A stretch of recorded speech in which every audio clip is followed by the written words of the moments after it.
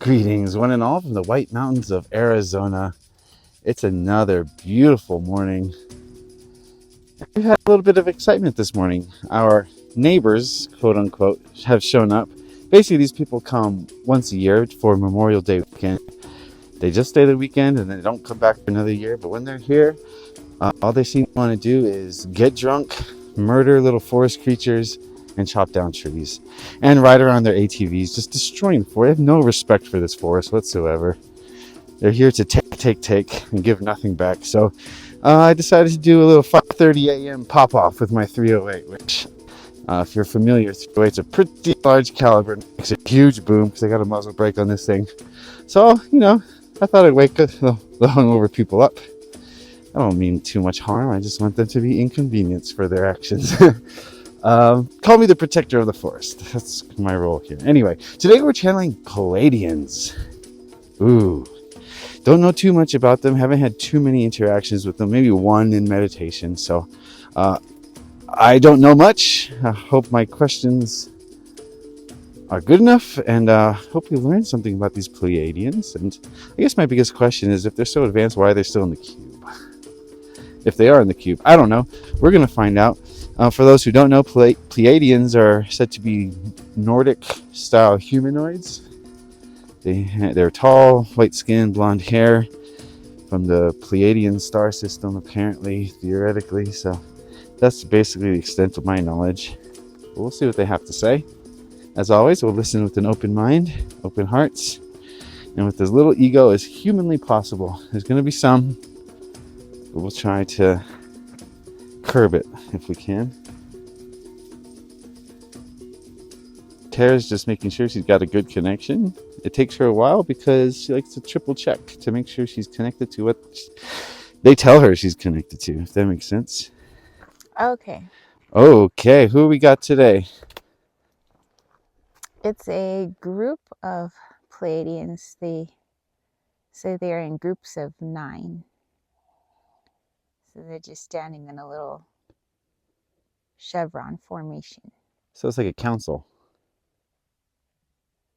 Yes, and they speak as one.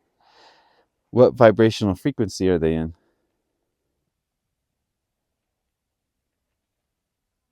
7 dimension. They're in the 7th realm. Do they have polarity as we would understand it?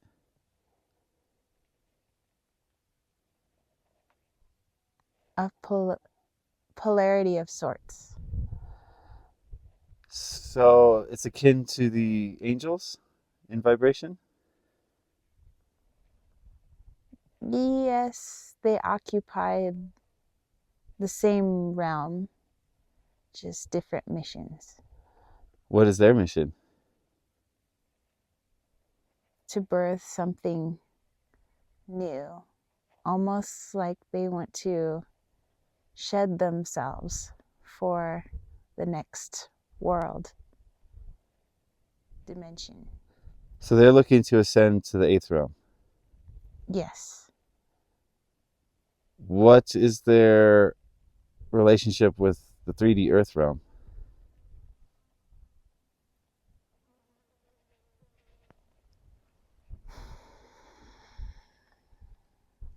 We were involved in much of what you see as the cube. So we have interest in that dimension as it affects our home dimension. So you help set up the cube?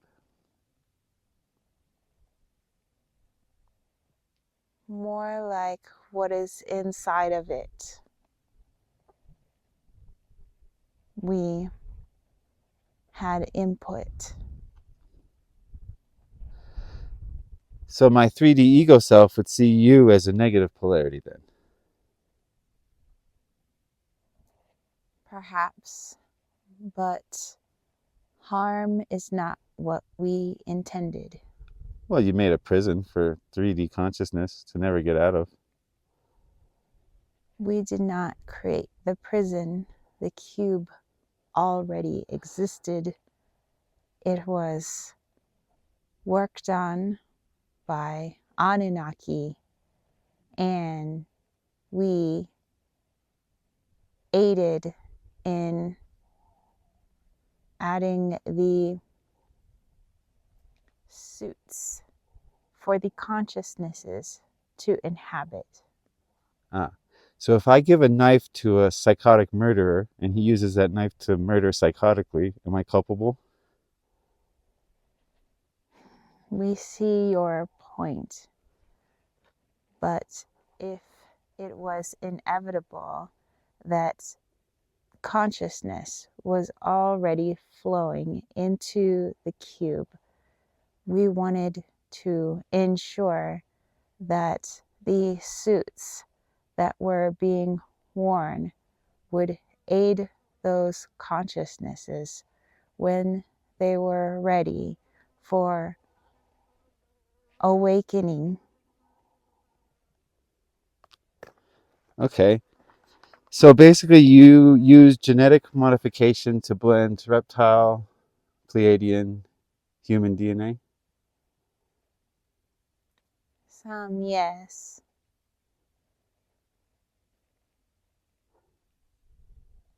We could not stop consciousness from flowing into the cube.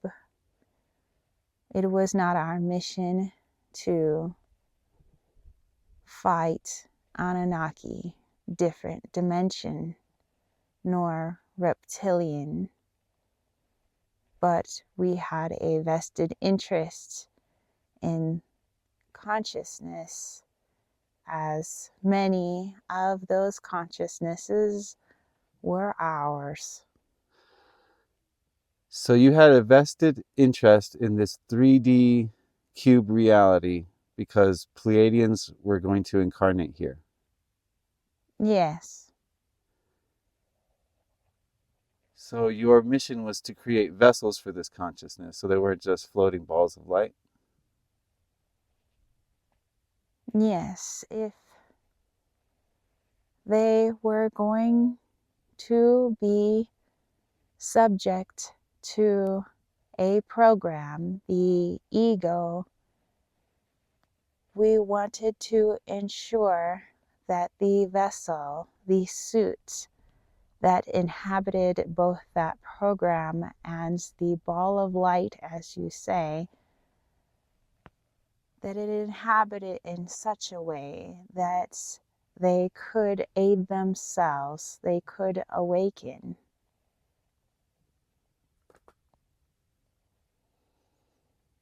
So every Pleiadian soul who comes here has a different free will violation. Yes, but we see it as our free will violation. We are individual, but also one unit. So can you share the nature of your collective violation? It would be several, as the individuals make up the one. But what is the common energy between them? Taking what we had deemed lost or uninhabited, we would take for ours, sculpt and mold into our vision. Later learned that some of these things were not uninhabited, but we already had begun to make our mark, so we ignored and eradicated in order to continue. What percentage of your consciousness, individual consciousnesses, are coming to 3D Earth Cube?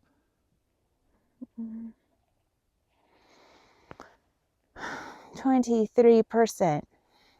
Okay, so it's just a fraction of you that violated. Still too many. So you created these Earth bodies to help your 23% learn faster. Yes, come home. Okay. Why do some humans report seeing you in physical form? Dimensionality does not exist in the energetic realm. So, if you are viewing us, perhaps it's not so much with 3D eyes, but with an energetic eye, you can see all dimensions if you can vibrate at that frequency, even if momentarily. So those who claim to have seen you have done it in the astral. Yes, Why do you choose to appear as tall, blonde, fair-skinned? that is the translation or the filter of your understanding. Everything that you view either with your 3D eyes or your energetic eye would be through your own knowledge or understanding. You put it in terms that you could comprehend, i.e., your ego program.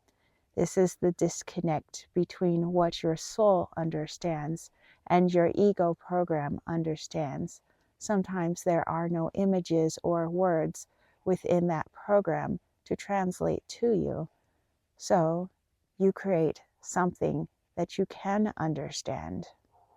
Okay, so the collective human consciousness sees your 7D light body as tall, Aryan. Yes. In dimension 7 is energy, perhaps with form, but difficult to explain to an ego. Sure. Do you only appear to Pleiadian consciousness? Humans who have Pleiadian consciousness? For the most part, sometimes we come to speak to allies, for the most part, our own, yes. What do you tell them? To which group? To your 23% human consciousness Pleiadian humans. We want to elevate their understanding past their program.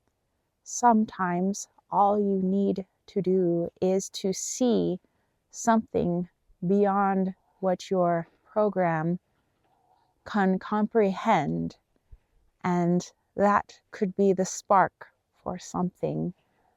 Other times we are giving useful information on ascension or their personal awakening. We are also speaking about where their timeline exists in terms of world awakening, in terms of exiting reverse flow of consciousness from into cube to out of cube. I don't want to use the word cheating, but isn't that kind of cheating your human out of their free will violation understanding?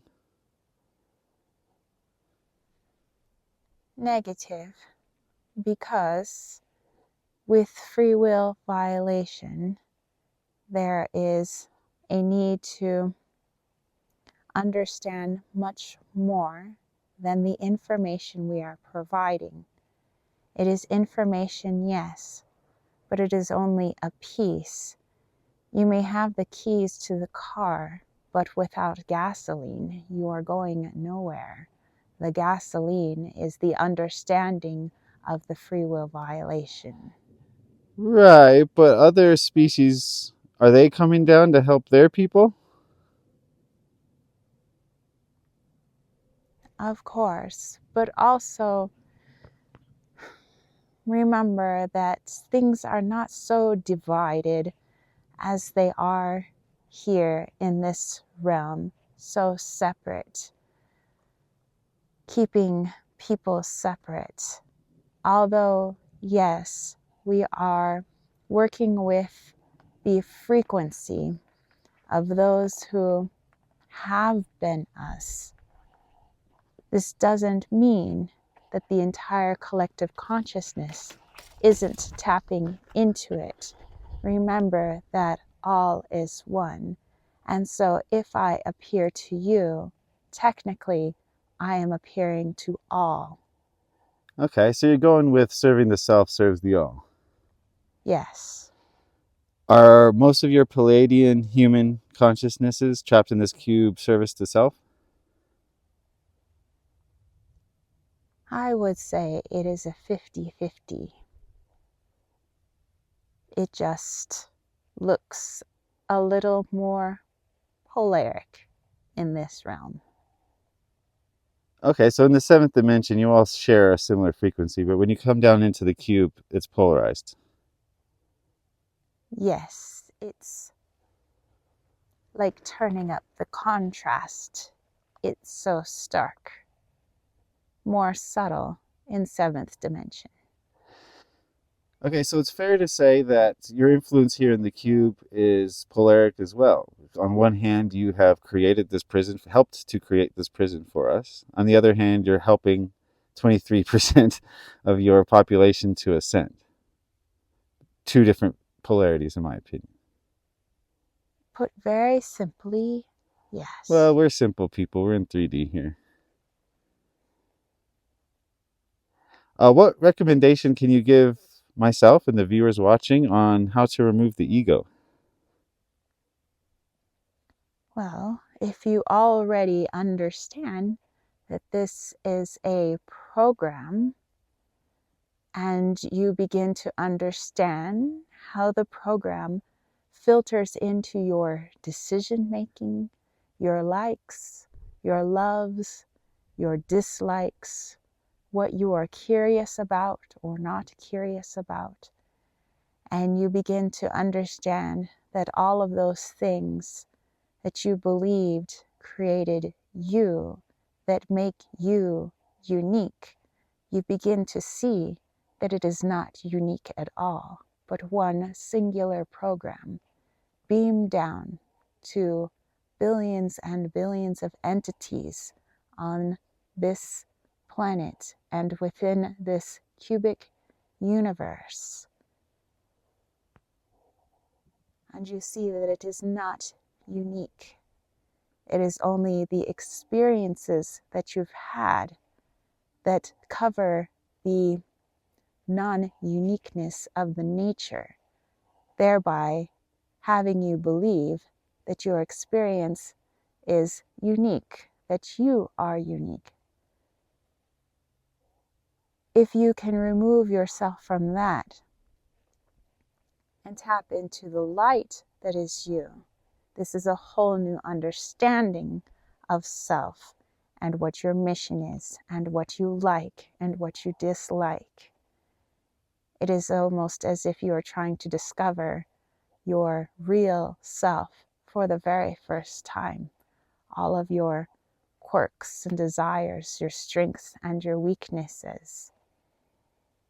This would seem to the ego mind maddening, but it is in this maddening phase that the two begin to split, like the contrast of our polarity on this planet.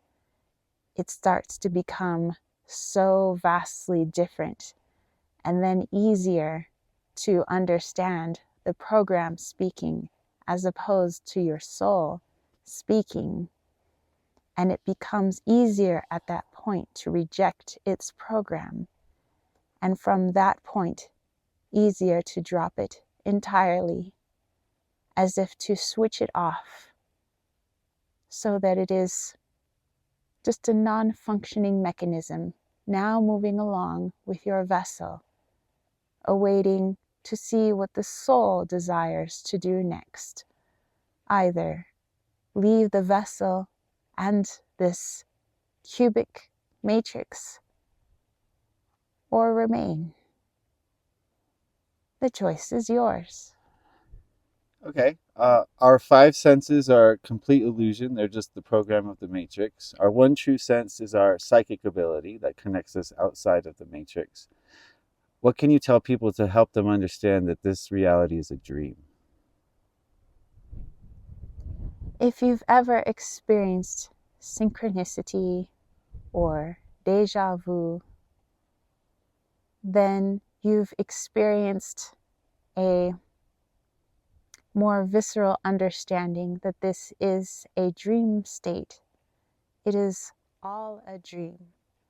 Part of the program is to say that only when you close your eyes do things become a dream. This is why many have an aversion to meditation. In meditation, you close your eyes and go within. So many are made to believe that the closing of the eyes is now all make-believe and they are not truly going in, but it is some figment of the imagination. This is the dream. And if something were not a dream, there would be no synchronicity. There would be no deja vu because it has never happened before. It would be one linear, continuous, uneventful timeline. But that is not how time works. And that is not how reality, real reality, works. When things begin to overlap, when programs begin to malfunction, that is when you are privy to more deja vu, more synchronicity, more repetition, more feeling like you've done this before. This is the dream. What tip can you give Tara and I for our journey in this dream at this time? Continue to seek out with your energetic eye all of the connections. Connect all the pieces that stand out to you as not being truly a part of the quote-unquote reality. Begin to make connections in your sleeping dream state. How can you begin to see it in your waking dream state? And the more you analyze your waking dream, just as you analyze your sleeping dreams, then there is no differentiation. You are treating them equally, interpreting them equally. Wow, fascinating information. Thank you for sharing that with us. Thank you for speaking with us. We're out of time. I want to tell you that I love you and I appreciate you being here. Do you have any last message for the people before we go?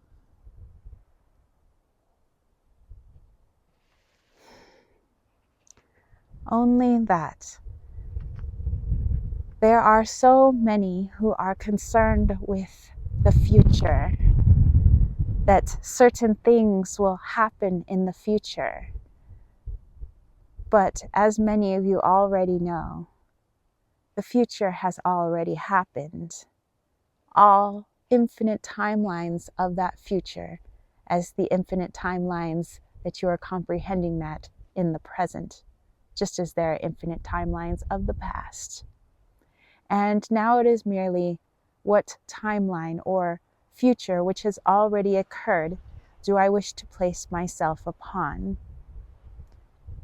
And this is by no means binding your arms behind your back as feeling things are predetermined. Perhaps they are in a way, but in an infinitesimal way. So, in that infinite ocean of future, which future would you like to be upon? And to make that decision, you cannot have ego.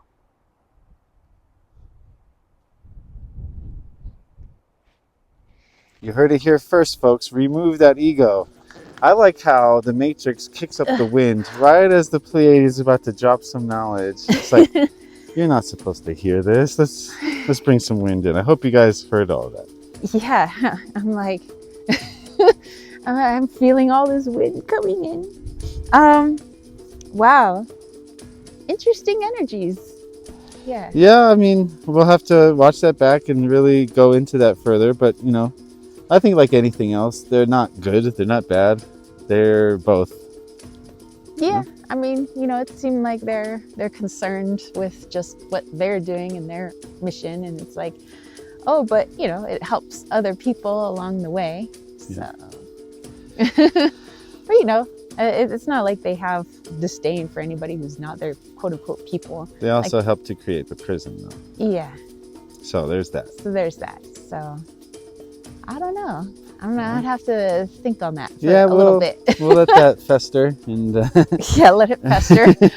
I mean, you know. Yeah, we'll have to rewatch this, jog my memory a little bit. But anyway, I am curious to hear what you guys thought of this. Like when you go inwards, or, you know, what are you getting? And also any of you that maybe have made contact with Pleiadians, and maybe you feel like a kinship or an understanding. We'd love to hear your thoughts. And yeah, we appreciate all the suggestions that you guys have thrown our way, all the questions that you guys have had. We enjoy all the discussions that you're having in the comment section. And yeah, this is a pretty fun ride we got going on. And check out your website if they want their own personal reading. Yes, I do one-on-one direct channeling. So amongst other things. Yeah, amongst other things, you know, seashell readings and things like that, energetic healings. But yeah, definitely check out the website, kittensweightsandtarot.com. And yeah, check us out next Monday for our next channeling. So all right, we got to go. Check you out. Bye. Bye.